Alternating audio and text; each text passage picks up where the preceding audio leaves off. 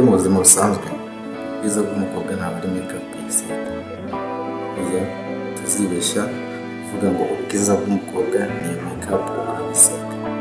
Ubwiza bw'umukobwa burya bugaragarira mu mico ye, ibikorwa bye, n'ubumuntu bwe. Indangagaciro ze nizo zimugaragaza ko ari mwiza. Burya makeup itwikira ubusembwa, ariko ntabwo ikiza ubusembwa. Uko witera makeup kose, ibyo wakora byose, wayitera ari nyinshi cyangwa ari nkeya, igihe kiragera ukayivanaho, ukabusembwa na none ukabusangamo.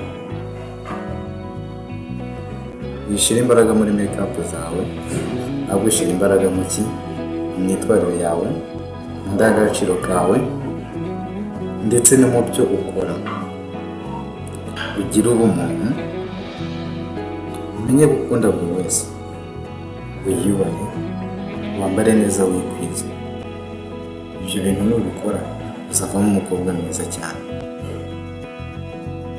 Naho kwitera makeup ntacyo bizakongerera, bizatuma usa neza pe, usa neza, abantu babone ko usa neza.